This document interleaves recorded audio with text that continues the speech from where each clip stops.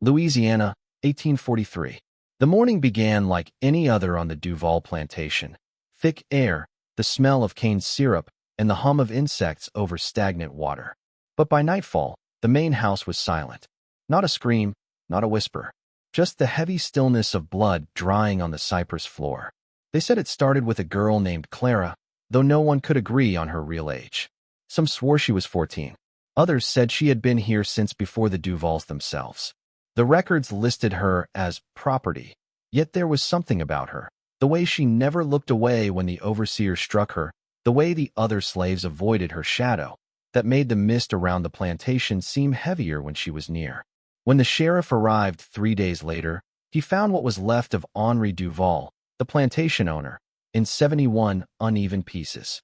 They were scattered like offerings across the parlor, the stairs, even the cradle of his infant daughter. Clara was gone, but the strange thing wasn't her disappearance. It was what they found underneath the floorboards, a book that shouldn't have existed, written in a language none of them could read. And every page was soaked with something that smelled like iron and sugar. They said Clara had been sold 3 times before the Duvals bought her. Each time, her master had died under unexplainable circumstances. A barn fire, a fall from a horse, a fever that rotted the eyes before the body. But every time Clara was resold, her price went up. Henri Duval didn't believe in curses. He believed in control. He bought Clara at an auction in St. Francisville, not for her strength or beauty, but for her silence. She didn't cry, didn't scream. She simply stared, her eyes like 2 black mirrors that reflected whoever dared to own her. Within weeks of her arrival, the plantation changed. Milk soured overnight. Horses refused to move past the cane fields after dusk.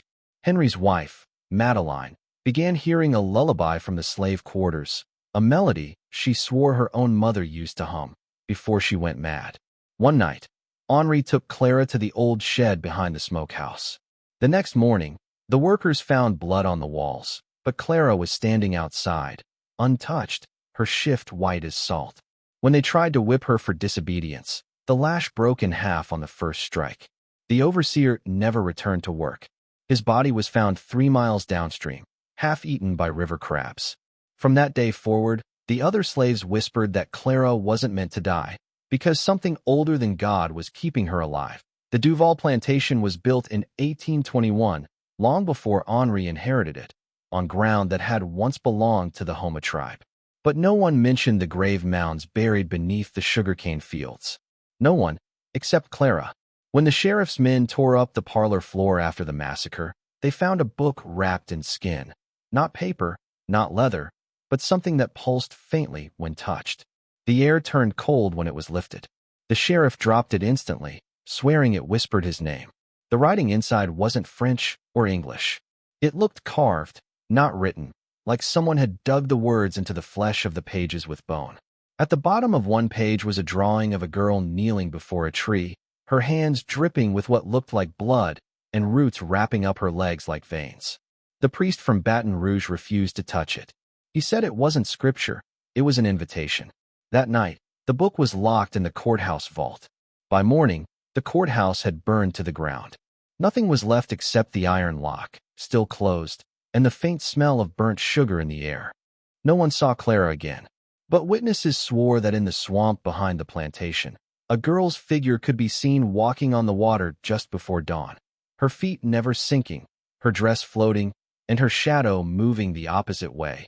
The swamp behind the Duval Plantation was older than the town itself, a labyrinth of moss and black water where light went to die. Locals called it Marais du Silence, the Marsh of Silence, because sound didn't carry there. Even the frogs refused to croak. After Clara vanished, the search parties lasted less than a day. Men returned pale and trembling, their boots caked with mud that smelled like rotting meat. One man swore he saw something breathing under the water, not a gator, but a face. A human one, the same face that had been on the runaway posters. Old Baptiste, a freedman who had once worked the Duval fields, said the swamp wasn't just water, it was a graveyard turned inside out. The Homa shamans had once buried their dead standing upright, facing east to watch the sunrise. But when the settlers came, they dug canals through the burial grounds. You can't drown the old ones, Baptiste said. They find another body to live in. At night, the townsfolk started hearing singing again, soft, almost like prayer, echoing from the water. Those who followed it never came back. And by the next spring, the sugar cane began to grow faster, thicker, darker, almost red in the morning light. The overseer's replacement called it a blessing. But the field hands whispered that the swamp had taken something from Clara and given her something back. Madeline Duval had always been fragile, a woman made of lace and trembling faith. She spent her days in white gloves and church pews, pretending not to see the cruelty her husband poured into every inch of the plantation. But after Clara arrived, something inside her began to unravel. It started with the singing. Late at night, when Henri was gone, Madeline would hear a child's voice humming beneath her window, a soft tune, old and sad. The same lullaby her mother used to sing before hanging herself from the orchard tree. The melody crawled into her dreams. She began waking up in strange places, in the nursery, in the smokehouse, once even at the edge of the swamp, her feet bare, her gown wet with mud. Servants said they heard her whispering to someone in the dark, "I'm sorry. I didn't know what he was doing to her." One morning, she found a small doll made of sugarcane husks on her pillow. Its eyes were tiny river stones, and its mouth was sewn shut. That same day, Henry's prize mare gave birth to a foal with no tongue.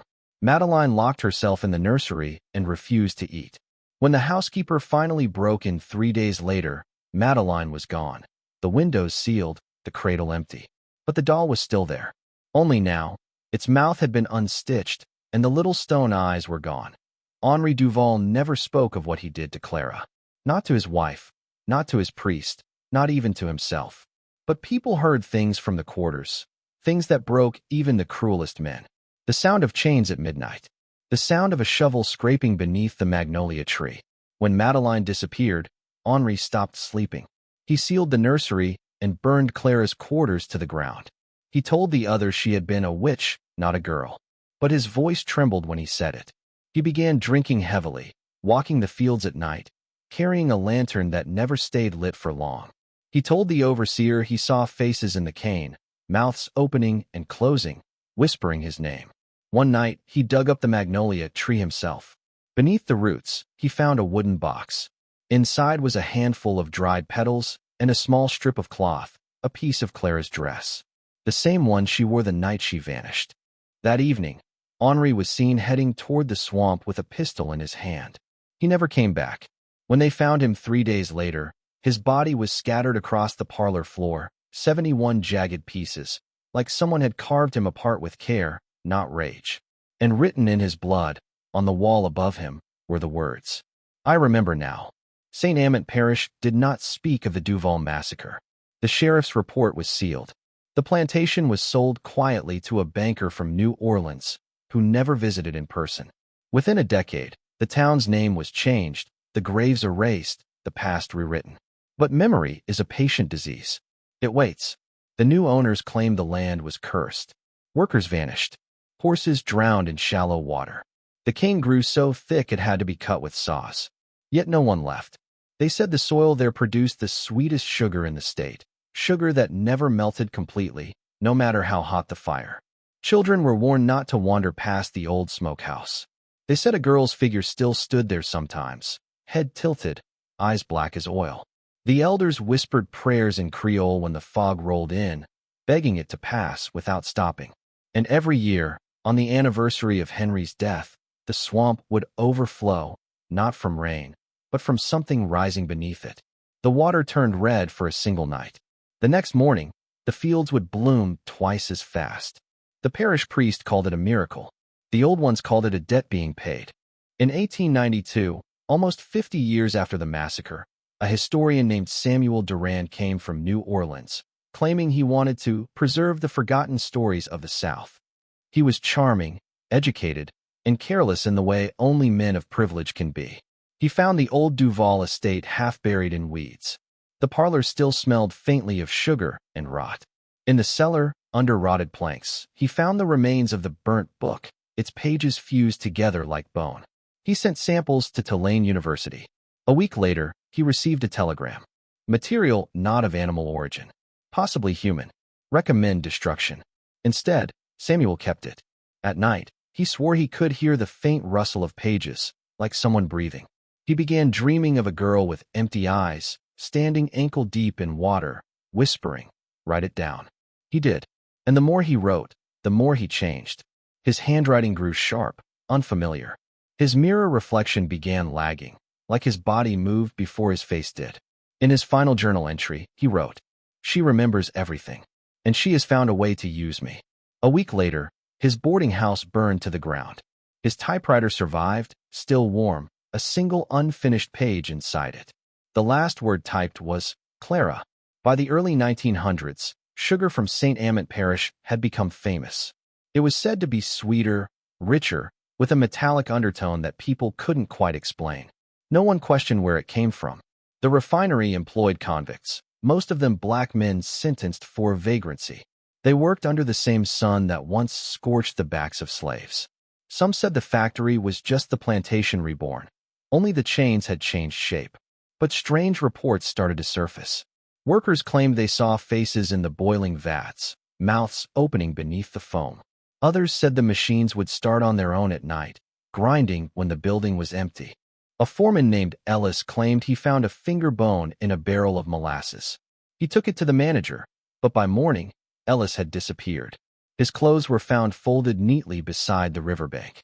The next batch of sugar that left the refinery was labeled Clara brand, pure Louisiana sweet. It sold faster than any product before it, and those who tasted it said it left a warmth in the throat, like swallowing someone's memory. In 1923, a reporter from New Orleans named Margaret Vale came to investigate the legend of Clara brand sugar. The company refused her entry, but one night, she slipped into the factory and took photographs. What she captured defied explanation.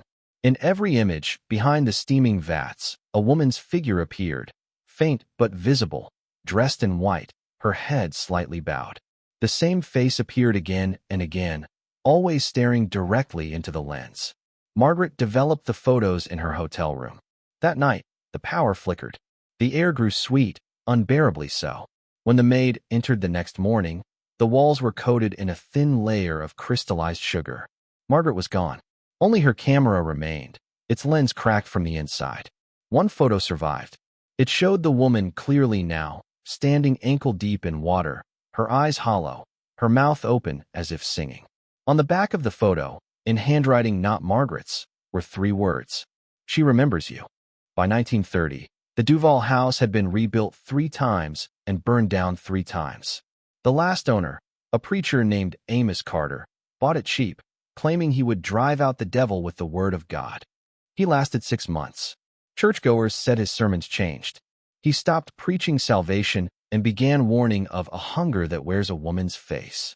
He claimed he saw her reflection in his baptismal water, a girl standing behind him, whispering scripture backward. One night, he nailed the doors shut and read from his Bible until dawn. The congregation found him the next morning in the pulpit, dead, the Bible open to Revelation, every page stuck together with sugar. They tried to bury him in the churchyard, but the ground kept rejecting the coffin. The soil boiled, forcing it back up until they buried him miles away. The Duval house stood empty again, though people swore lights moved inside at night. And sometimes, if you pressed your ear to the front door, you could hear a child humming softly, the same tune that once drove Madeleine Duval Amedee in 1941. A traveling salesman named Walter Hensley came through St. Amant selling canned goods and tobacco. He bought the old plantation house for almost nothing, planning to turn it into a boarding home.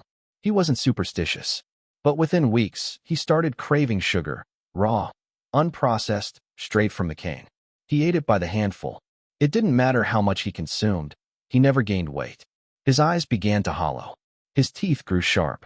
The locals said he talked to someone in the parlor at night, carrying on long conversations with the empty air. He stopped answering to his own name.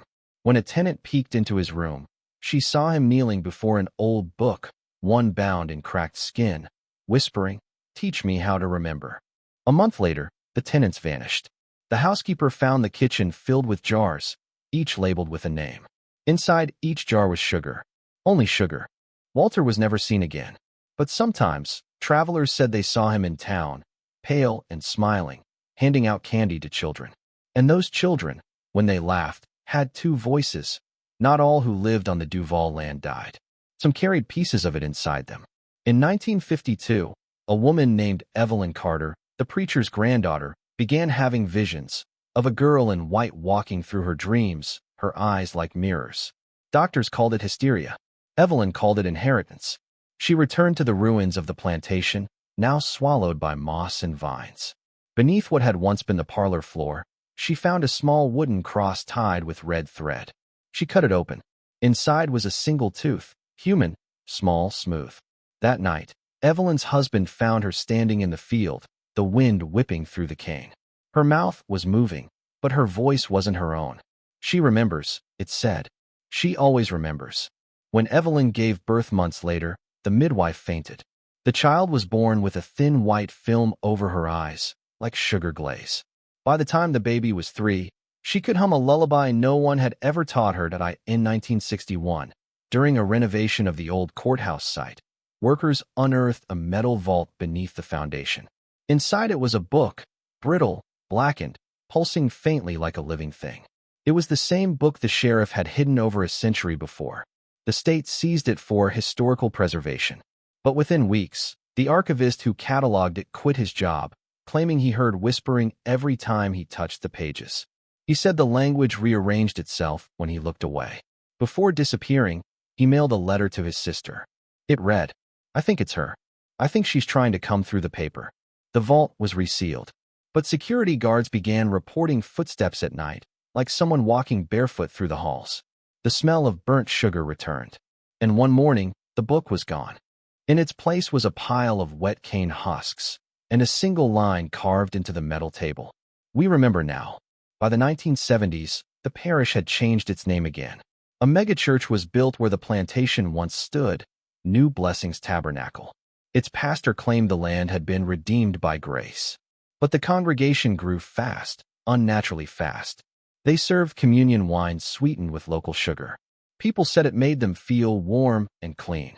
Some claimed it cured illness. Others said it made them dream of water and light, and a girl standing ankle-deep in it, humming. The pastor built a fountain in the lobby, fed by underground wells. A year later, the water turned red during a Sunday service. They called it a miracle. But 2 nights later, the pastor's wife vanished. All they found was her Bible, open on the pulpit. The pages were soaked through with syrup. And beneath the church floor, the workers found a tunnel leading straight to the swamp, lined with sugar crystals shaped like human faces. In 1984, a graduate student from LSU, Daniel Rourke, recorded an interview with an elderly woman named Lucille Baptiste, the last descendant of the original plantation workers. The recording lasted 22 minutes. Lucille spoke softly, her voice trembling. "She ain't gone. None of 'em gone. You eat the sugar, you feed her. You drink the water, you feed her. Every sweet thing that passed your lips, that's her remembering." Daniel asked who she meant. Lucille's breathing changed. She whispered, "The girl who wouldn't die." At the end of the tape, Daniel asked if Lucille had ever seen her. The old woman laughed, a dry, hollow sound. Then she said, "You already have." The tape ended there. When Daniel tried to replay it, the reel had melted, fused together like candy left in the sun. He was found 3 days later in his apartment, surrounded by empty sugar jars. His tongue was missing. In 1992, St. Amant Parish flooded overnight. No rain, no storm. The levee held, yet the swamp overflowed, swallowing fields, houses, even the church. The water was thick, sweet, and red. The rescue teams said it smelled like molasses. When it receded, the entire area was coated in a layer of crystallized sugar. Dozens were missing. Those who survived said they saw a woman walking through the flood, carrying a lantern that burned blue. One child survivor described her clearly. "She smiled at me. Her mouth was full of blood and stars." Samples of the water were sent to a lab. The results came back inconclusive, part human plasma, part sucrose, part unknown. The parish was abandoned within a year. The government declared it uninhabitable. But on clear nights, truckers passing on Highway 10 say they can still see the church steeple poking out of the cane fields, glowing faintly, as if lit from below. In 2003, An antiques dealer in Baton Rouge purchased a box from an estate auction labeled simply Duval items. Inside was a cracked mirror, a rusted cross, and a small sugar jar with the name Clara scratched into the glass. The dealer, a man named Hartwell, placed it in his shop window. Within days, customers complained of headaches, nausea, and the smell of burnt sweetness. Hartwell began to change. He stopped eating regular food, claiming it didn't taste alive. He started crushing sugar cubes with his hands until they bled. Security footage later showed him standing motionless in front of the jar at 3:17 a.m., whispering, "I see you." The next morning, the shop was empty. The jar was gone. On the counter was a note written in syrup. "The sweet ones always come back." In 2012, an independent filmmaker exploring Louisiana folklore found an unmarked film reel in a Baton Rouge archive. When he played it, it showed grainy footage of the old Duval house before it burned, figures moving, working, praying. But as the reel progressed, the people began to disappear, one by one, until only a single girl remained. She turned toward the camera, her face flickering between ages: child, woman, corpse, child again. At the end of the film, the screen went white. Then words appeared, scratched into the frame itself. "I am every sugar you've ever tasted." The filmmaker uploaded it online. The video vanished within 24 hours, replaced with a black screen and a faint hum. Those who had watched it reported the same dream: standing knee-deep in a red swamp, watching a girl walk away, humming softly. They say Clara never died. She was too wrong to die. Whatever happened that night in 1843, the blood, the book, the swamp, it rewrote her, made her more than human, less than ghost. Every generation since has tried to erase her. Every flood, every fire, every new name. But sugar remembers. It carries her taste, her pain, her vengeance. Those who eat it, who feed on the sweetness of what was stolen, carry her within them. Her voice hums under their laughter.